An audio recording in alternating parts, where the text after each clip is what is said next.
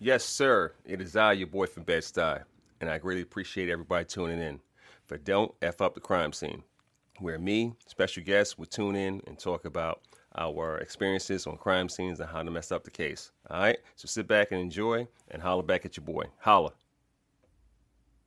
What up, y'all? This is your boy. This is I, the kid from Bed-Stuy, coming to you. Episode, I guess, 23, 24, something like that. I got Liam Hughes. We're going to break down his bio real quick, and then we're going to get into it. Let me turn this down so I'm not peeking too much. And then I'm okay right there. I think I'm okay right there. Yeah, I'm okay right there. All right. Liam Hughes. I mean, knowing this brother for a long fucking time. We go back in the days, and he good peoples. He good peoples. No matter what you heard, he's good peoples. And you know, we family. And he's a shelter director. He went over to task force. I knew him from his main days and the whole nine, stuff like that. Currently, his position is executive director of Stray Hearts Animal Shelter. And we're going to talk about that because I want to know about that. And he's 20 years plus in the field. He has some days in Jersey. He has some days in D.C. He has some days in Maine. And my brother from another mother. What's up, Liam Hughes? Speak, my boy. Speak. Greetings and salutations, my friend. How are you this fine evening? I'm good. Your ass looking good with that cabin. Got the light shining from the back, stuff like that and everything. It's cold over here, but you in New Mexico. Nah, I mean. Now, hold on. I guess it right. Nah, I mean. This motherfucker looking good. Look at him. All thin. Okay, lost weight. Look, I love you. I love me some lean right now. That motherfucker lost weight. I'm trying to be like you. I'm trying to be like you. I found out when you stop putting Twinkies in your mouth, you tend to lose weight. So that was my secret. You know? Fried or unfried? Oh, what do you got? Oh, you stupid. And they do fry some stuff up here, man. I found out about apple empanadas and everything like that. Yeah. Empanadas, stuff like that. So, you know, my second language is Spanish. I'm still getting on Spanish like that because, and you out there where you need to speak Spanish a little bit, you know what I mean? Because I know enough Spanish to know what I'm getting cursed at, you know. Oh, marico, punta. I got you, bro. I got you. Fucker, I got you. So Liam, you know, we spoke the other day. And for y'all don't know, this is Don't Fuck Up the Crime Scene, and this is a podcast about animal control, animal cruelty, law enforcement, humane law enforcement, and we try to make sure you don't actually fuck up the crime scene. Okay. Yeah, there's profanity on this one. As you know me, I don't spit any profanity when I'm talking to people. My cadence and everything, my grammatical grammar is like on point, even though I can't read or write, but I'm on point. Far as my podcast, I keep it 100 because I'm from Brooklyn. Nah, I mean, get it, son. Bruh, what's up, bro? You a Jersey boy. Wait. Hold on, matter of fact, let's take it back before we go into the easy eights, because a lot of people worry about the easy eights. It's a easy 4 talking about you, easy 4 talking about work, and we talk about other shit. What's up, bro? Where you from, man? Hold on, where's Liam from? All right. Long time ago, my daddy got back from Vietnam, saw my mommy, and the joke was that I was conceived in Georgia. That's why I have a funny little southern accent, even though I'm from New Jersey. So, I grew up, in the suburbs of New Jersey, looking at New York City most of my life. It's okay. New York, son. He looking at us, son. I'm going to put it one time. Son, go ahead. Go, sorry. So, yeah, man, and I moved all around New Jersey. I mean, when I was in high school, all right, when Mom and Dad got divorced, I was there with Dad for 2 weeks of the summer every year, and, he did the animal control work because he was in charge of that program as a cop. So every time the animal control officer would go on vacation, me and my dad would roll out, and he kind of taught me, how to deal with a lot of stuff out there. And this is like, the 70s and 80s when child labor laws were very gray. So, You think? pretty couldn't get away with that stuff now, man. You think? Just get in the car. You'll be all right, man. You'll be all right. And the seatbelts were totally optional if they existed at all. But, I mean, at 12 years old, I'm helping my dad with a control pole pulling that aggressive dog. So, I mean, it's kind of weird. It feels like I was groomed at an early age to do this kind of work. And then, when I went to high school and during the summers in high school, my dad would just throw me the keys. He's like, what? Hold on. Yeah, my something clicked. I don't know what the hell clicked. Something clicked over my side. It's not you. It was definitely me. Talking to myself the whole fucking time. Bro. No. Bro, no, we good. So, I have not stopped recording. Okay, I've been recording. Okay. No. You're on air. You're on air. So watch it. So don't trip. Okay. But I've been recording the whole way. Okay. Hold on. I see the band. Hold on. I'm gonna try to get you back real quick. All right. Hold on 1 second. You know there's some bullshit. You know some bullshit. Okay. Stand by technical difficulties. You know what I'm saying? Hold on. Hold on 1 second. I'm trying to bring myself up right now. What the fuck is going on?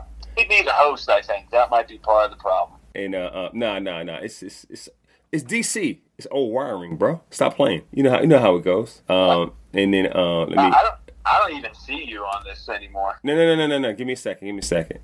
And I'm zooming in, and then I think I see you right there, and then I'm gonna I think this is you right here. Let me link in right quick.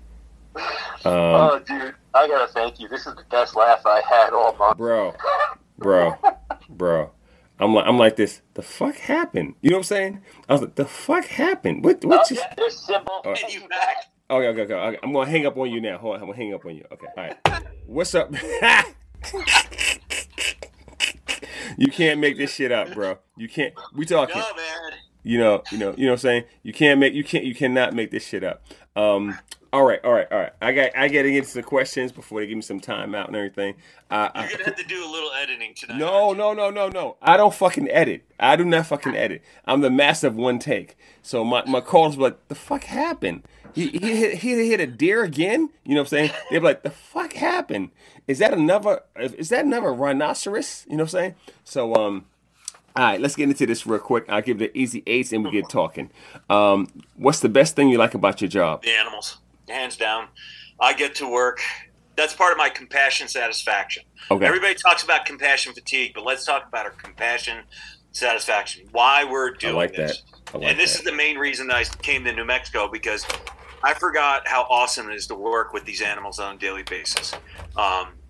I mean, I've been able to have some of the best foster dogs in the world over the past month. You've seen my post on Facebook. I have big, dopey, lovable dogs. That's my thing. I like old, broken dogs. And I got so lucky with some of these fosters over the past couple of weeks. And it really kind of grounds me and centers me, because back in January, we had a big search warrant we're doing, and I'm running around. This is back in Maine. I'm running around. I'm getting crates. I'm trying to get everything together because I'm the logistics guy, man. I'm the disaster preparedness guy. I deal with all eventualities. And then I had a shelter manager, one of the shelters, basically stop me and go, come here for a second. You need this. And I'm like, what? And I go into her office, and she hands me a puppy, a little wiggly, stinky, kissing puppy and everything like that. And I was like, oh, that's why I'm doing this, because of this, puppy. And then, like I said, everything kind of came crashing down with me and everything. So I was like, all right, I got to recenter myself and get back to the animals. So I got this broken community here right now where half the town loves the animals and half the town's apathetic towards them. So trying to build a new facility in the next 5 years is going to be my biggest challenge in life. And I love it. We talking. I'm happy for you. I've been knowing you. I understand the struggles and the stress which you have to deal with, and the people, management, and all that bullshit that comes with it, county government, and everything like that. Because the one thing I don't know what's happened with you is when the county loses faith with you, or the county doesn't see,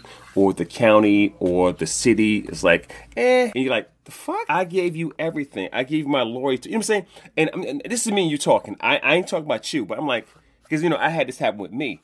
I'm like, the fuck? I gave you 26 and a half years, son. Liam. I'm like, motherfucker, what?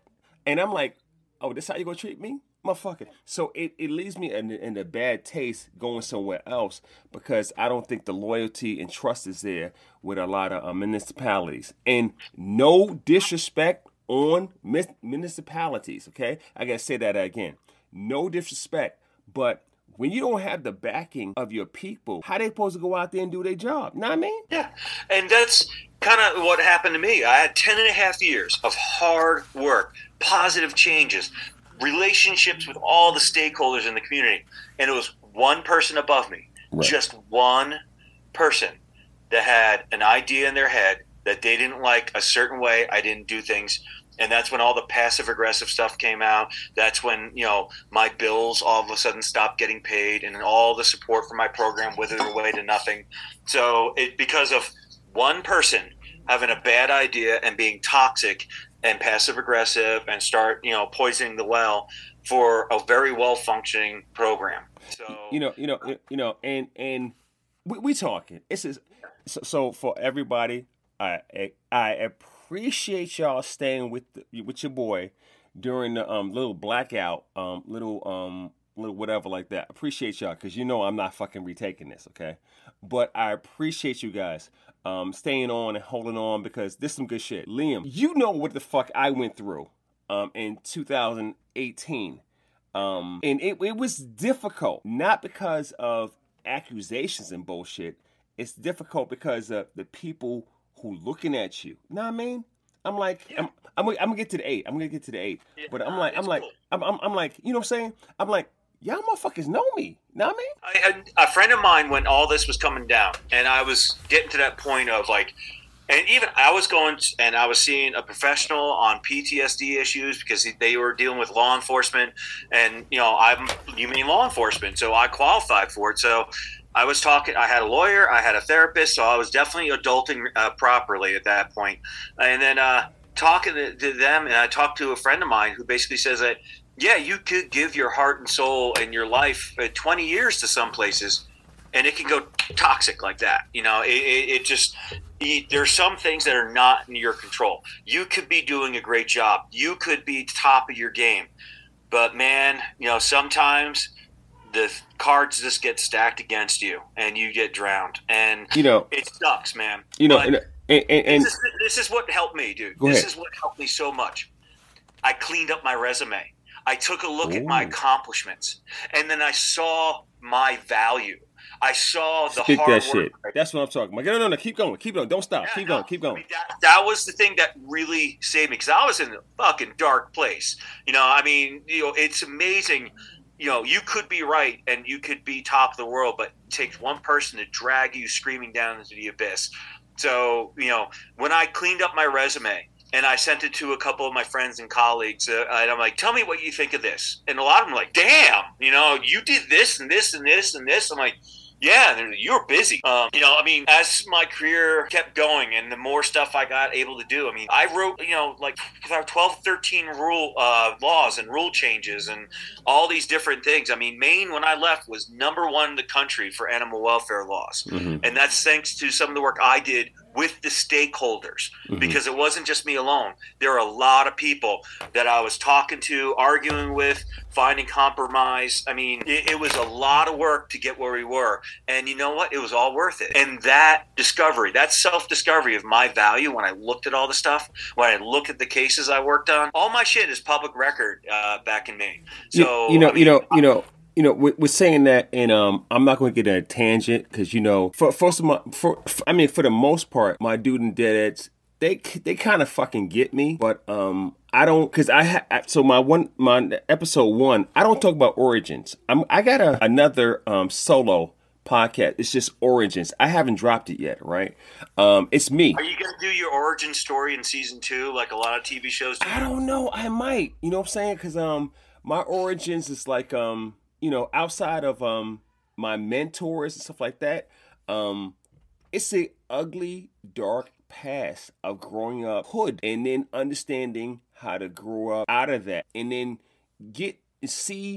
grow. I'm a New Yorker. I'm Brooklyn. So, when people say racist bias and racial stuff like that, it's no disrespect, and it's no disrespect to anybody. I know most cultures intimately because I used to deal with them. You feel me? I eat from a Jewish rabbi. I go to an Indian restaurant. I talk with whomever. Know what I mean? And then I get my clothes cleaned by whomever. And then we become some type of dysfunctional family. And then you go back to your segregated whereabouts and your own deets, and then you can't talk to this person and talk to that person because people have issues. I've seen that shit, okay? But Liam, growing up where I grew up and then going to the South, motherfucker, the South? Oh, these motherfuckers retarded, okay? It's a different planet. It's a fucking it's ridiculous. You know, they're like this.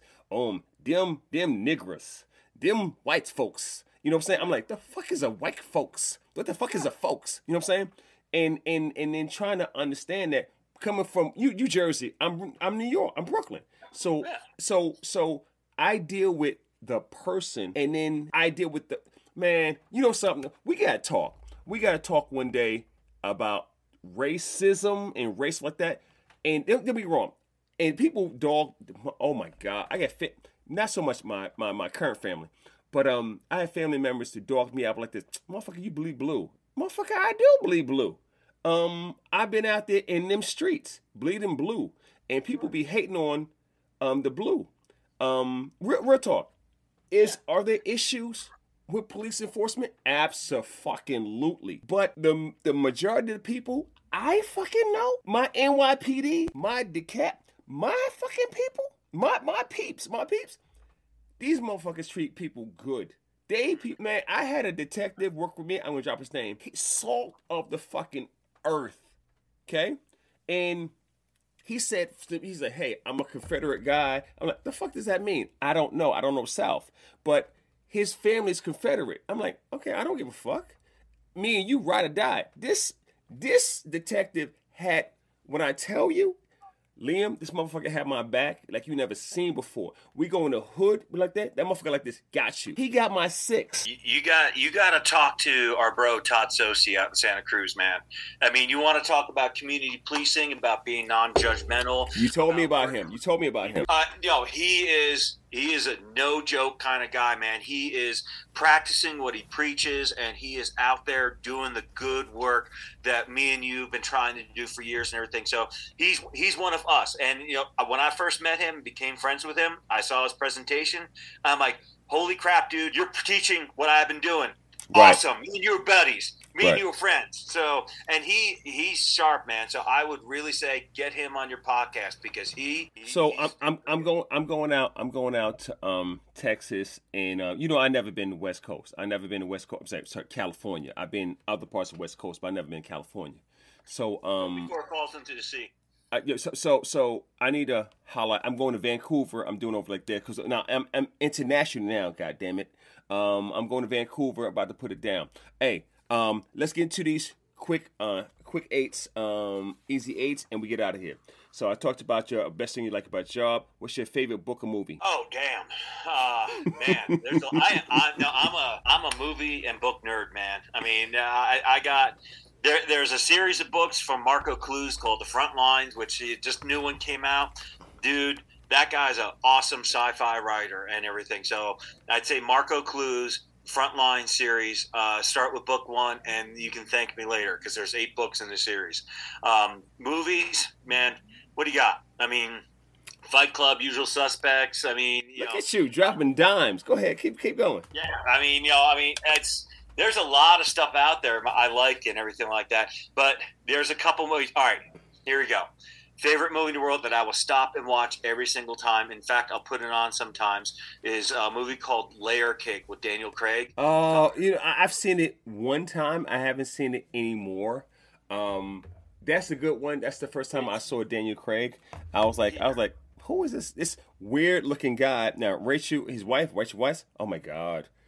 She can get it, but oh my God, Rachel, oh my God, and Daniel, I've learned to appreciate Daniel outside of the Bondness. Yes. Okay, because I'm not a trained actor. Okay, I don't act. I'm not a trained actor. I took a few drama classes and shit like that in college, stuff like that. But I understand timing and I understand how to set up a fucking stage. Okay, but going on the stage and acting, for me, it's actually easy. But I appreciate Daniel Craig and what he's done to the genre of action flicks and brought his type of talent to it, because he's an educated brother. You know what I'm saying? Oh yeah. You know what I'm saying? Yeah. No, I like everything he's been in.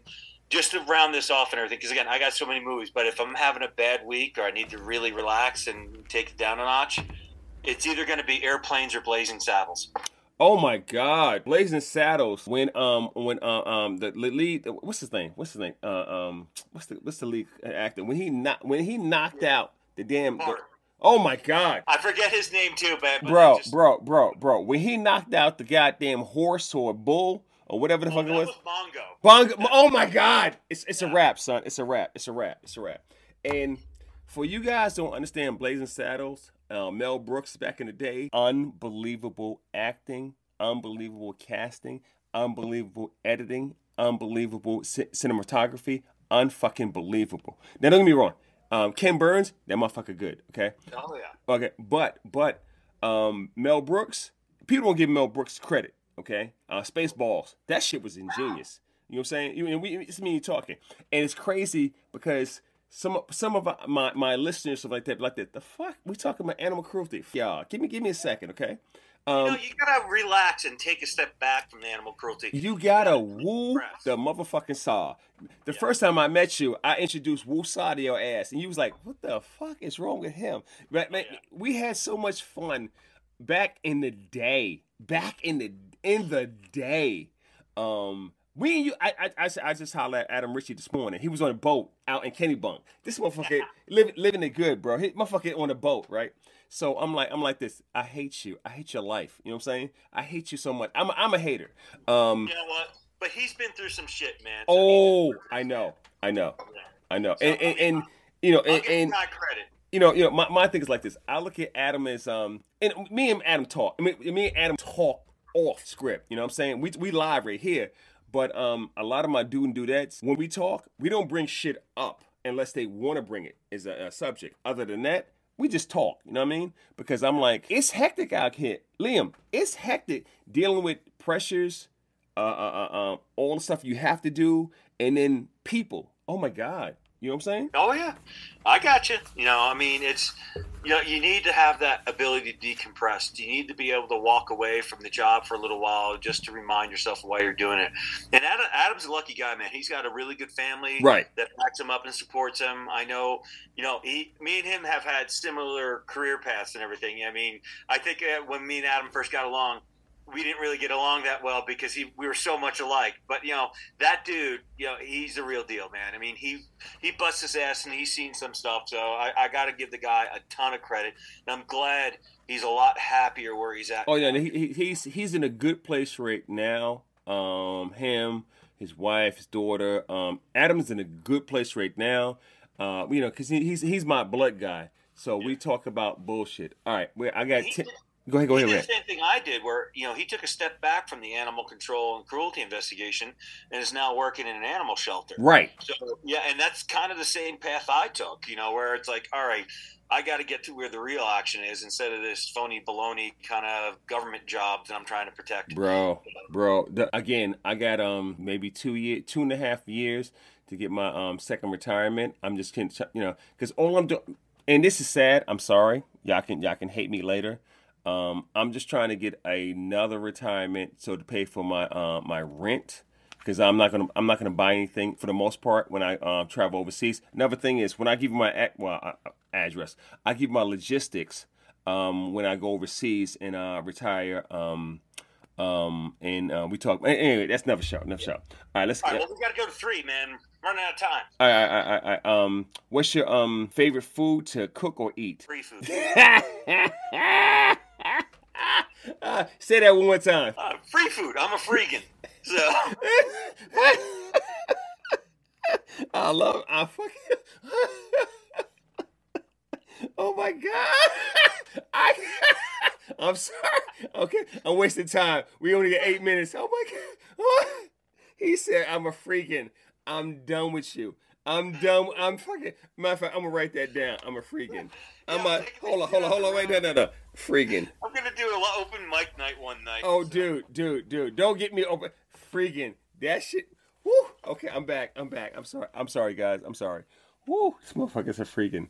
Have you ever fucked up a case? I mean, it's inevitable, man. I mean, you do any type of investigations, you're gonna end up, looking stupid at some point in time. So, I mean, I had a case where we found a dead dog that shouldn't have been found where it was. It was very weird circumstances.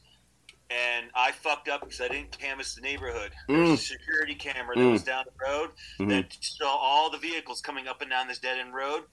By the time the guy called me a week later, it already recorded over itself. And I know who did it. I couldn't prove it after.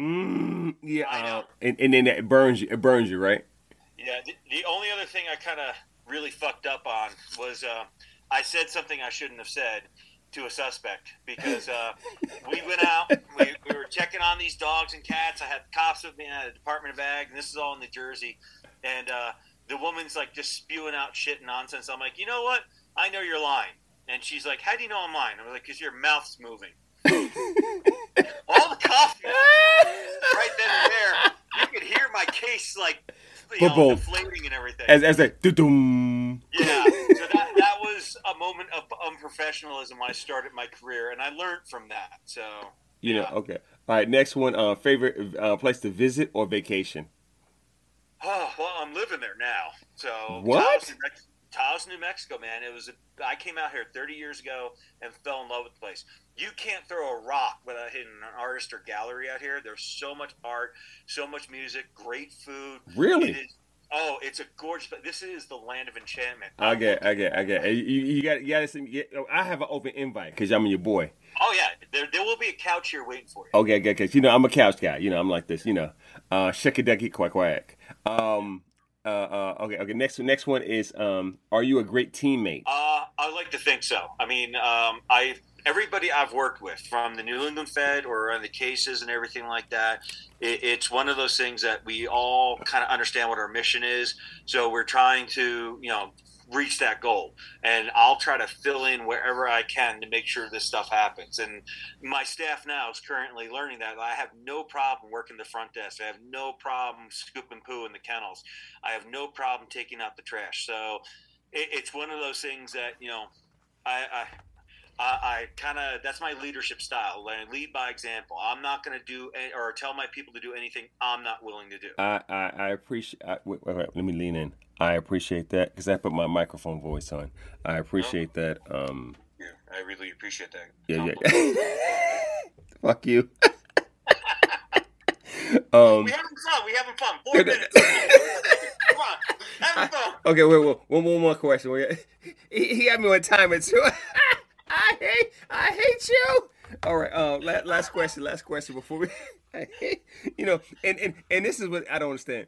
A lot of people don't understand how this can be traumatic. This can be disingenuous. This can be a problem. You can take your feelings home like that. And at times it could be fun.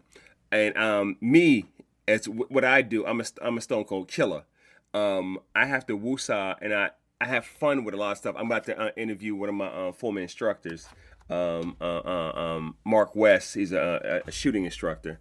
I'm going to try to get him on in probably 2 or 3 weeks. 2 weeks. And my son's a former law enforcement officer. It's a lot of shit that goes on with PD, and people love the bash. I'm going to go back to this. I'm going to get you. Last question. People love to bash PD. They love to fucking kill the police. But, that 911, when you call, and, I said this before. When you call 911, you hope to get the right person. Yeah. If it's law and stuff, you hope to get code enforcement. If it's emergency, you hope to get EMS. It's a burglary, you hope to get police. It's a hope. It's a fucking hope, okay? You hope the other person is trained well and do their job to get stuff like that. But when it works together, bro, when it gets together, shit works. You know what I'm saying? Yeah. And a lot of things aren't working right now and everything. And my dad was a cop for 20 plus years, and he taught me a lot about where I am now about doing enforcement. And one of the things he taught me how to shoot, it's not like you just unload your weapon. Right. 2 rounds. You've got 2 rounds to end the problem. If you need more than that, you're doing something wrong. Right. Or shit's gone really south. Yeah. Or as we say out here, shit's gone western. Okay. I ain't never. Okay. I gotta come out. I gotta come out there. All right. Last question. Are you on a horse when you get out here? Yeah. I've been on a horse before, man. I ain't worried about no. I'm good with horses. I jump on the left. I leave with the right. I'm good. Last one is are you a dog or cat person? Oh, that's kind of an easy one because I'm allergic to cats. But Ooh. I've been having dogs all my life. I like cats, man. I mean, cats are cool. I mean, I go into some of the cat rooms and all of a sudden, because I wear like canvas pants and Carhartt shirts, they're climbing me like a tree most days and everything. Right. And I kind of love it. I have to up my allergy medicine most days, but honestly, I like them both because they're totally different, dude. They are so far apart on the scale. Different needs, different things you can do with them. I enjoy all their company, I got my spoiled princess of a dog, and I've been bringing home foster dogs, and I've just really been enjoying doing that. But, I like cats just as much, but I can't breathe around them. I can get really, I can't breathe. So all right. Yeah. All right. We got a minute and 21 seconds left. Promote anything you want to promote on the podcast. You have anything coming up in your area you want to promote? Go. All right, well, man, we just got the mud strut done. We did a 5K run today. We got a couple other things. Dude, I got a pub crawl coming up in October. A what? A what? Pub crawl, man. The fuck is that?